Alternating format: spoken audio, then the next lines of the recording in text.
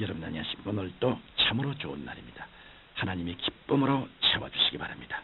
저는 오늘 여러분과 함께 고린도후서 12장 7절로 10절의 말씀을 가지고 하나님께 끄김을 바란 자라는 제목으로 은혜를 나누고자 합니다.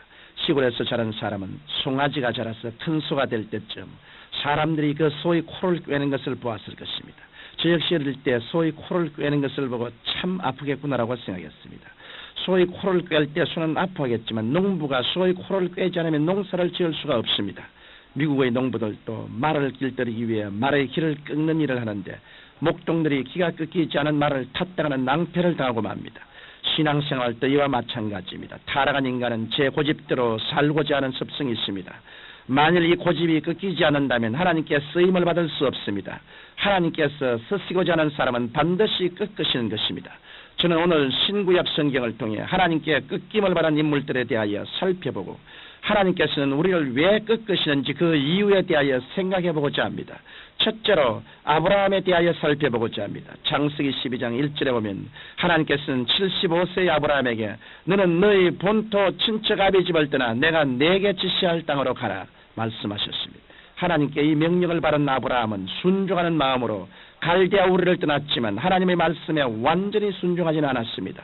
아브라함은 하나님께로부터 분명히 전투를 떠나는 명령을 받고도 전투에서 얻은 재산과 종들을 데리고 나섰으며 친척을 떠나는 명령을 받고도 조카 롯을 데리고 떠났던 것입니다.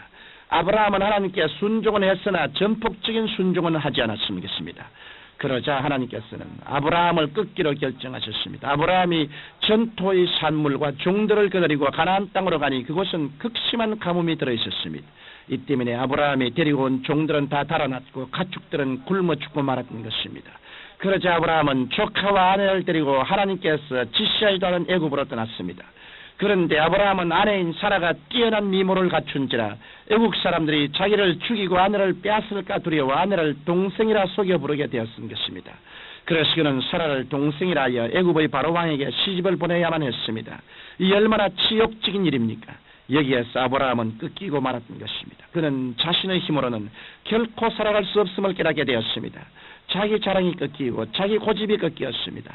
아브라함이 하나님 앞에서 이처럼 꺾어지자 하나님께서는 그를 다시 일으켜 세워주셨습니다. 아브라함은 하나님의 도우심으로 아내를 다시 찾고 많은 소유를 얻게 되었던 것입니다. 이와 같이 아브라함이 하나님께 축복받고 쓰임받기 위해서는 꺾이는 아픔을 체험해야만 했습니다. 둘째로 신약의 인물로서 베드로에 대하여 살펴보고자 합니다. 베드로는 예수님의 수혜자였었습니다. 예수님께서 성만찬을 집리하신 후 겟세마네 동산에 올라가시기 전 제 아들에게 너희가 나를 버리고 다 도망갈 것이라고 말씀하셨습니다. 그러자 베드로가 주여 내가 주와 함께 오게도 하고 죽는데도 가기를 준비하였나이라고 혼장담했습니다. 그랬던 그가 가야바의 뜰에서 예수님을 3번씩이나 부인했는데 3번째 부인할 때는 저주하고 맹세하여 내가 그 사람을 도무지 알지 못하느라고 말했습니다. 그 말을 할 때 예수님께서 베드로를 쳐다보시니 베드로는 오늘 닭 울기 전에 내가 3번 나를 부인하라 하신 말씀이 생각나 밖에 나가 심히 통곡하고 말았던 것입니다. 그 베드로는 예수님께서 죽으신 지 사흘이 될 동안 깨어지고 또 깨어졌습니다. 베드로가 나중에 갈릴리에서 부활하신 예수님을 만나 예수님께서 요한의 아들 시몬아 내가 이 사람들보다 더 나를 사랑하냐고 물으셨을 때 주여 그러하외다 내가 주를 사랑하시는 줄을 주께서 아시나이라고 대답했습니다. 여기에서 예수님께서 말씀하신 사랑은 아가페 즉 헌신적인 사랑이었습니다. 그러나 베드로가 대답한 사랑은 필레오 즉 조건적인 친구의 사랑이었습니다. 그 때문에 예수님께서 또 한 번 내가 정말 나를 아가페하느냐고 물으셨을 때 베드로는 2번째 물음에도 내가 주를 필레오한 줄 주께서 아시나이다라고 대답할 수밖에 없었습니다. 그러자 예수님께서는 3번째 정말 내가 나를 필레오하느냐고 물으셨습니다. 예수님을 저주하고 맹세까지 하여 부인한 베드로가 예수님을 친구로도 사랑할 수가 없었습니다. 그래서 베드로는 근심하여 대답하기를 주여 모든 것을 아시오매 내가 주를 사랑하는 줄을 주께서 아시나요라고 대답했던 것입니다. 베드로는 예수님 앞에서 인간의 의지를 다 버렸습니다. 베드로는 자신이 얼마나 약한 인간인가를 스스로 깨달았던 것입니다. 베드로가 이렇게 깨어지고 꺾이자 예수님께서는 베드로에게 나를 따르라고 말씀하신 것입니다. 그러면 셋째로 하나님께서는 왜 당신의 백성을 꺾으실까요? 먼저 하나님께서 꺾으신 이유는 겸손한 사람으로 만들기 위해서 그렇게 하십니다. 자신의 능력을 믿던 사람도 하나님 앞에서 꺾이면 얼마나 자신이 초라한 존재인 것을 깨닫게 됩니다. 이 때문에 꺾인 사람은 오직 하나님의 능력을 의지하는 겸손한 사람이 되는 것입니다. 또한 하나님께서 꺾으시는 이유는 순종하는 사람으로 만드시기 위해서 꺾으신 것입니다. 히브리서 5장 8절로 9절에 보면 예수님도 받으신 고난으로 순종함을 배워 온전케 되었다고 하셨습니다. 하나님의 아들이신 예수님께서도 고난을 통해 순종함을 배우셨다고 했는데 하물며 우리 인간이 어찌 꺾이지 않고 순종함을 배울 수가 있겠습니까? 하나님께서는 그의 자녀들을 순종하는 자녀로 삼으시려고 꺾으시는 것입니다. 나아가서 하나님께서 꺾으시는 것은 지혜롭고 신중한 사람으로 만드시기 위해서입니다. 하나님께 꺾임을 받은 사람은 모든 일에 지혜롭게 대처하며 신중을 기합니다. 촛불의 뜨거움을 모르는 어린이는 부모가 주의를 주어도 기어이 촛불에 손을 댑니다. 그러나 촛불의 열기에 손이 되어 깜짝 놀란 어린이는 아무리 부모가 잡으라고 해도 촛불에 손을 대지 않습니다.